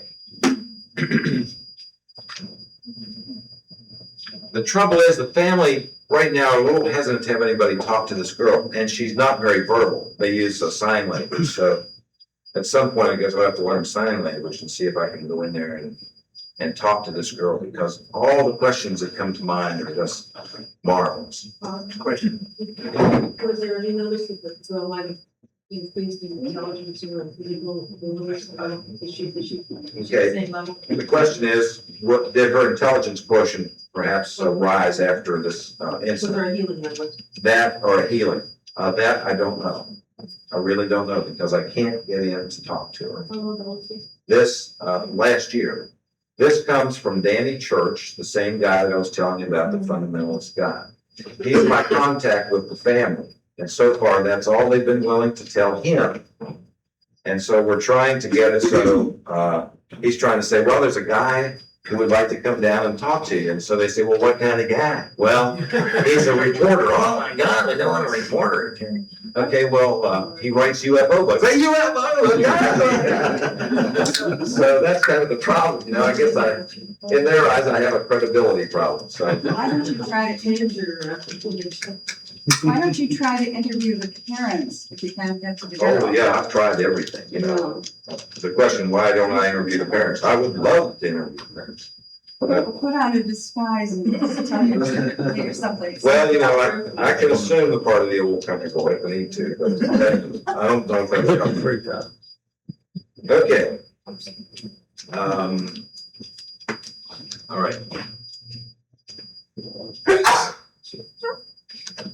Another extemporaneous course, case I'll talk about, I call Harvest Time at Elk Garden. Starting in the 1960s and going through today, a little town called Elk Garden. It's only about 50 miles from where I live, and it is in that area that was prescribed as the mini Bermuda Triangle of the United States. Starting in the 1960s, people began seeing UFOs there. Up through the 70s, they would see UFOs, primarily around an area that has 3 graveyards in it, around this old church that was built like more than 200 years ago. One evening, this is after the whole town, I mean, practically everybody in this town, the population is like 500, okay? Just about everybody in Elk Garden will have a UFO story to tell you. After some of the initial sightings and stuff, and after about 10 years of this going on, one evening, the mayor of the town and his son, who was then in his 30s, knocks on the door of this Methodist minister and says, come on, we're going up to Nethkin Hill. It's where this church and all these cemeteries. We're going up to Nethkin Hill and see if we can see anything.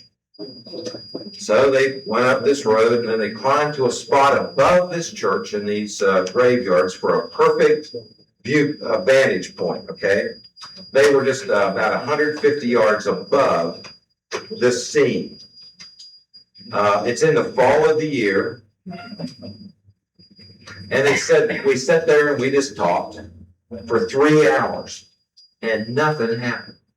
And then all of a sudden, we saw a weird light down in this ravine over here to the right. And the church sits over here.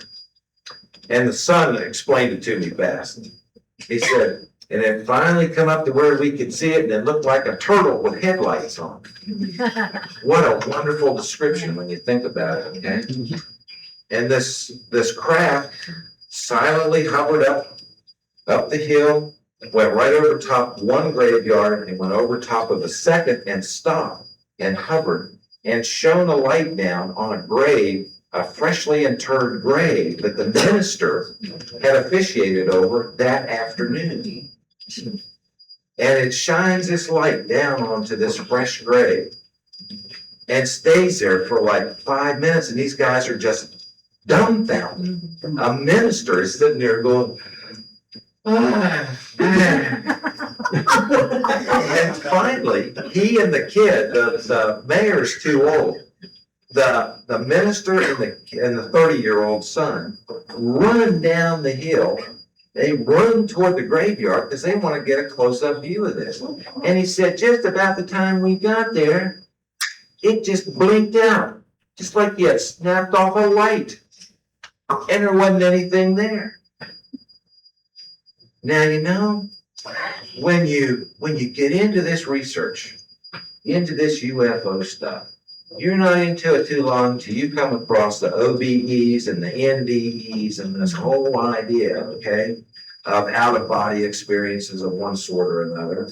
And this makes you wonder, this kind of a case makes you wonder what sort of interface was going on that night when these 3 eyewitnesses, very credible guys, this is not a story a minister is going to make up, okay? And he let me use his name in the book, which I thought was pretty brave of him, actually.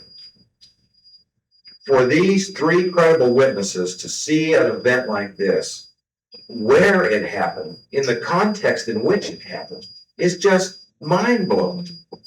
Was this some sort of, I mean, the questions, I'm just a reporter, so I get to ask questions. I don't know the answers. But are we looking at some sort of an interface between a near-death experience and you know, a lot of the recipients who have those report going up like a shaft of light or whatever. Well, I wonder how many people who do that, who go up the shaft of light, might be a UFO at the end of that shaft of light. That is just an awesome possibility. When one starts thinking about some of these concepts. Would anyone have permission to subhume the casket? The minister wanted desperately to exhume the grave or the body. I witnessed such an event and videotaped it. Is that right? I have photographs here showing. Very interesting. Cool, I'm interested. Because a lot of people saw these sorts of activities over this graveyard time and time and time again. This is just one example of it, but nobody ever took a photograph. I want to see that. In other words, at the time or close to the time of the burial. Yes, is that, It was just right after my late wife was buried. there you go. And what is this about? What is going on? Experimentation. Don't know. Excuse me, Bob. I got abducted in the graveyard. You got abducted in the graveyard? Yeah. I definitely want to talk to you. Okay. You were more than death warmed over. When did this happen? I'm now 38. I was about 17 or 18, 20 years ago. Okay.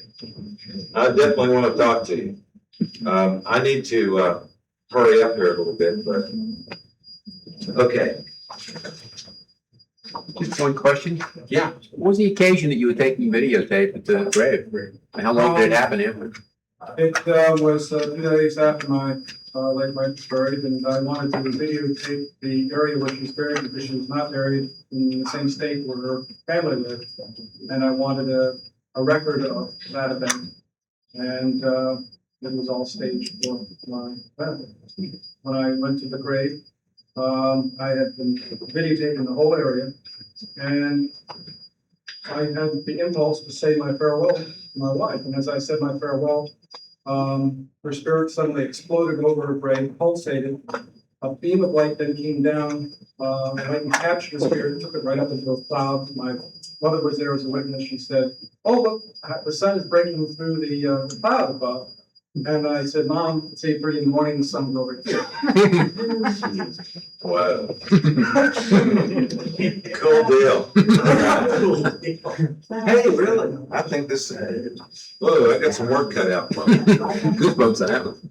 Okay, some general observations. Before I was really into this research, I always thought a great number of UFOs resided at the bottom of a bottle of Jim Beam, or some of my home state's better known elixir. But that doesn't account for many of the cases I've looked into, either in West Virginia or across the country since that time. Using the matrix of UFO belief, I mentioned a few minutes ago as a guide, it is indeed fascinating to see the UFO phenomenon become as much about us as it is about them. It is as much about what's in here as about what's out there. Each matrix item is supportable with massive amounts of public domain documentation, corroborating eyewitness testimony, and tons of anecdotal evidence.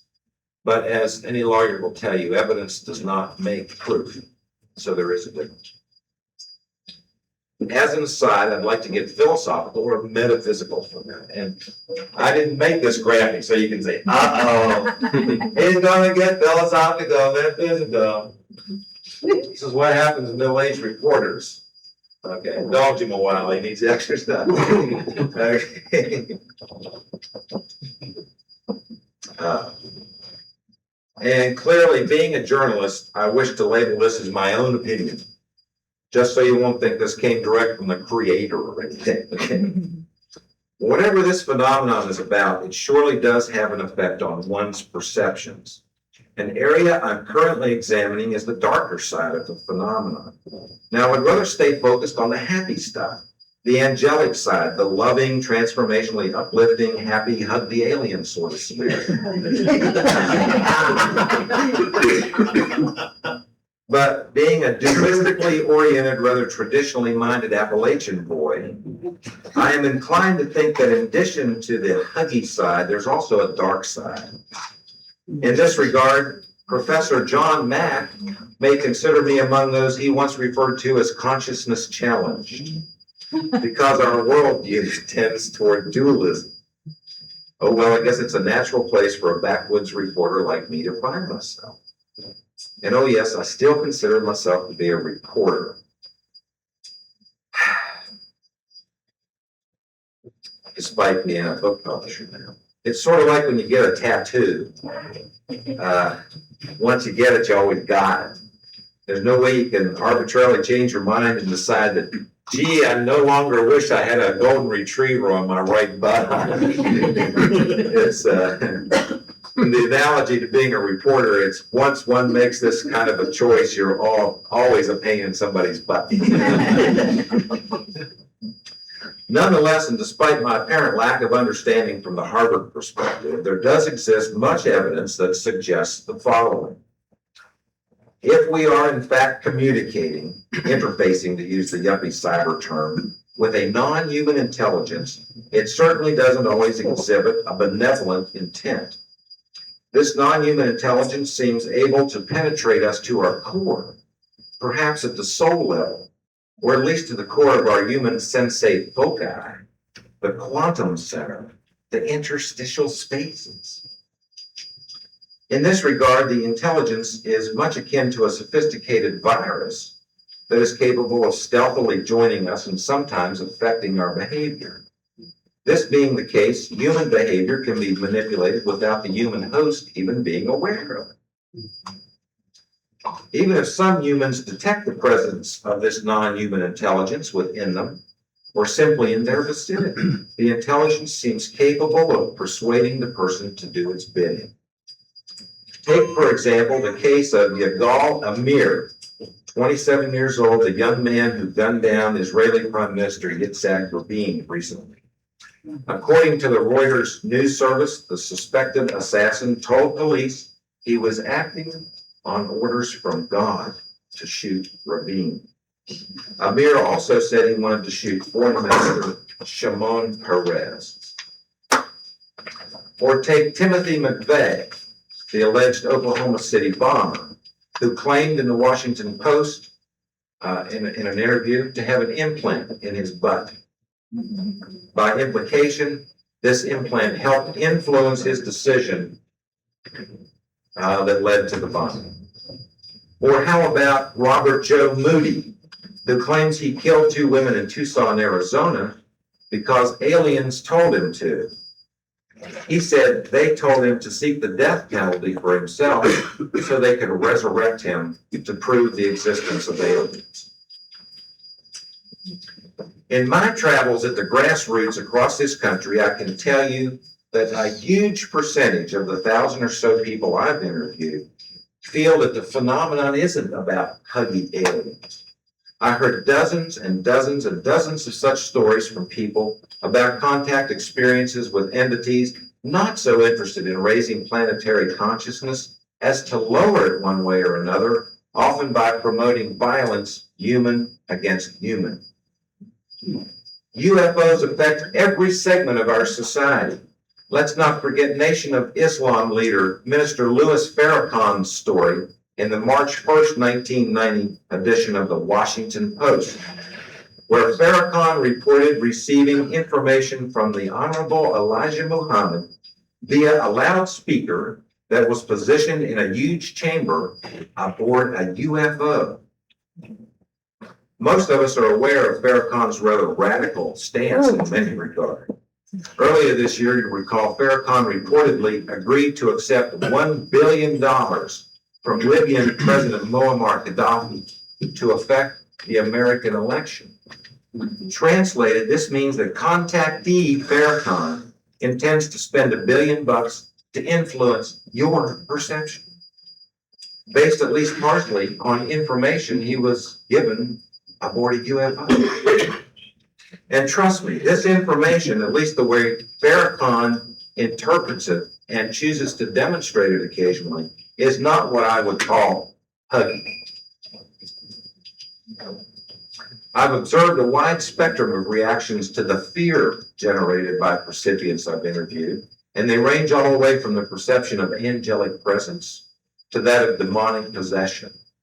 In fact, I've so far come up with 29 major similarities, not all of which I'll detail here due to time, between the UFO abduction experience and what is termed demonic possession.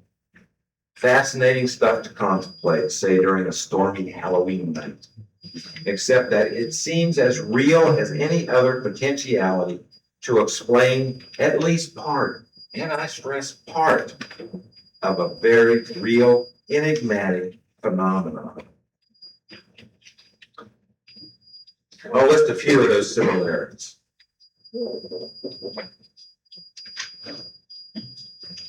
Assuming both sets of entities, say the extraterrestrials or the non-human intelligence on the one hand, and demonics on the other, assuming they are separate entities, then both sets of entities are or seem capable of: 1, telepathic communication; 2, hypnotic altered state induction, regression, and suggestion; 3, time travel; 4, obtaining some measure of physical control over their subjects for extended periods; 5, these entities seem capable of cajoling, manipulating, or in some way forcing their victims to perform acts against the victim's wills, including forced sexual intercourse, rape, violent crime, and suicide. The Solar Temple cult could be an extreme example of this concept. Leader Luc Jouret said he was from another planet, was in contact with it, and that the only way to return to it was, quote, through the glory of fire, unquote, which resulted in the fiery suicide murder of cult members in 1994 in Canada and Switzerland, and more recently. According to Dr. Greg Little, a psychologist and UFO researcher, these entities enter or manifest into the human perceptual levels from the lower frequency of the electromagnetic spectrum. Per his book, Brain Deceptions, if you're all familiar. John Keel, of course, has examined this aspect in several of his books. So too has a psychologist named William J. Baldwin, who has written a book entitled Spirit Releasement Therapy. Baldwin is also an exorcist who presents many case histories in his book that points to the perception of many clients who report being in contact with extraterrestrials who are themselves possessed of demonic entities. Whoa, heavy stuff. Just a few more similarities. Neither set of entities has ever occupied human bodies of their own, and this is important. Both sets of entities perform their task in a highly compartmented fashion, much like our intelligence agencies, and are subjected to a need-to-know protocol that protects the higher echelons and their knowledge base from close scrutiny. In other words, they're secret.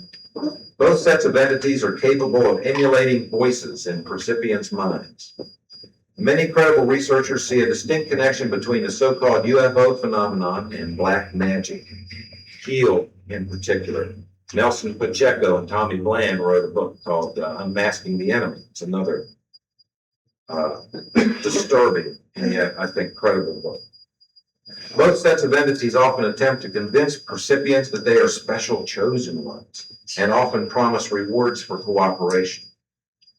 Both are said to be trying to hybridize corporeal bodies of their own through genetic and soul-level manipulation of human donors. Dr. Leo Sprinkle, who is going to speak later, once referred to some of these guys as soul suckers. Both sets of entities display high degrees of familiarity with and command of exotic technology, and or are capable of influencing humans to develop and utilize technologies considered to be exotic or unique. These latter technologies often owe their genesis to areas having to do with human conflict and destruction.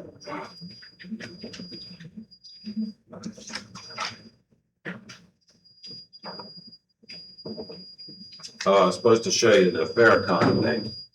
There's just a segment of the Farrakhan interview. Now I'm supposed to whip this up here. Demon possession and alien abduction. I've got a paper out there that outlines the 29 things if you're interested. Okay. A lot of researchers are also finding similarities between UFO phenomenon and the dark side. Take these drawings from Linda Moulton Howe's book, Glimpses of Other Realities. The top one, the daughter of an abductee drew this depiction of a bald old man whom she saw working with tubes during their abduction experience in 1973. The bottom drawing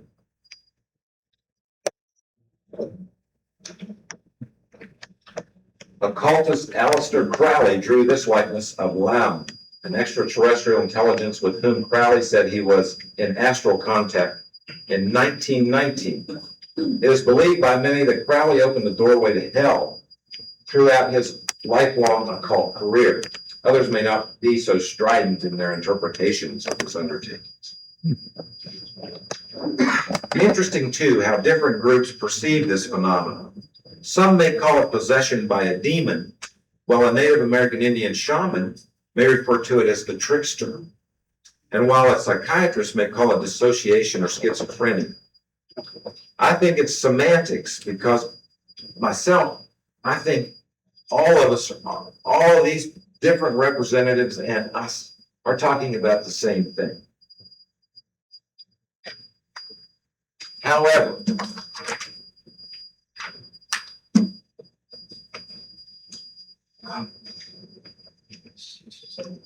six or 7 minutes.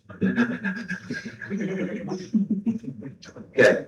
If you go to a shrink at UCLA, like Lord Gregory Albert featured here did 5 or 6 years ago, out there at UCLA, they called him schizophrenic and pumped him full of Prolixin in the name of some psychopharmacological experiment. It's no wonder folks who think psychiatry has the answer would rather go to John Mack at Harvard. He's not going to pump him full of Prolixin. So, black magic mixed with political social control mechanisms.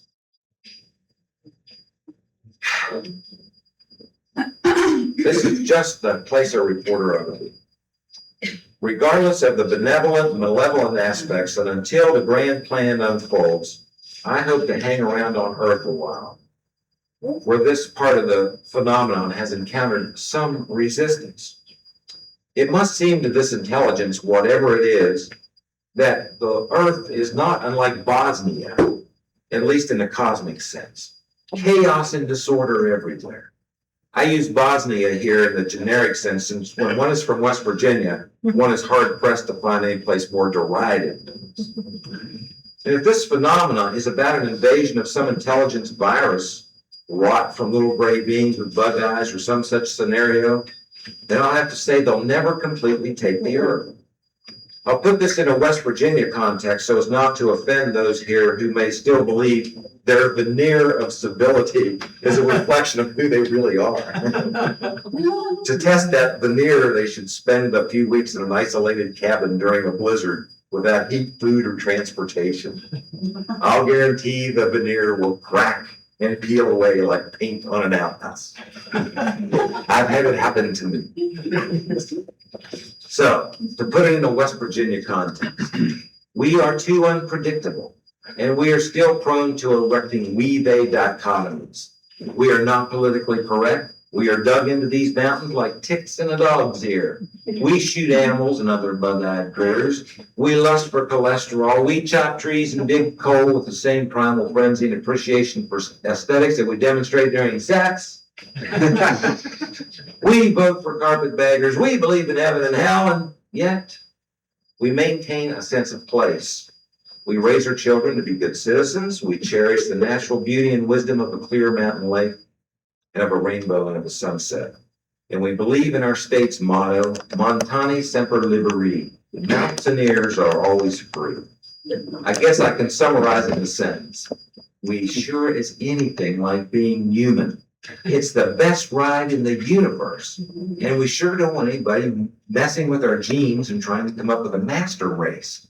Been there, fought that. So until segments of this non-human intelligence stop laying on the ecological, political, fascist-sounding message, until we get to vote on what happens to us, until it demonstrates to us its willingness to meet us halfway and to stop, as Bud Hopkins implies, stop mind raping us and pillaging our souls, then we will resist. As much as we're able, at least. It's the human way. And no amount of veneer will cover that. As long as some will use the UFO phenomenon to manipulate and obfuscate perceptions of white human deeds, so long as we backwoods types fail to see what perhaps may be the larger cosmic picture, then a peek at the dark side isn't so bad. Because after all, the UFO phenomenon has demonstrated experiences ranging from transformational to horror.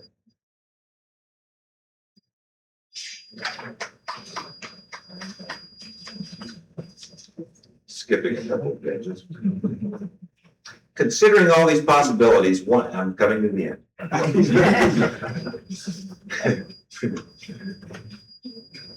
Look at any more neat stuff to show you. Nah. Considering all these possibilities, one does find compatibility with disparate authors like Jacques Vallée, Zachariah Sitchin, Bud Hopkins, Carl Turner, Billy Graham, Pat Robertson, and some other fundamentalist preachers I've read.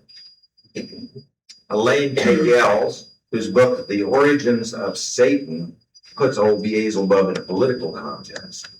John Mack, John Keel, scribes of ancient civilizations, and a group of guys called the Apostles, particularly as they write in Ephesians 6:12 about the powers and principalities and so forth, along with us lesser-known ink-stained wretches out here who are writing about this fascinating phenomenon.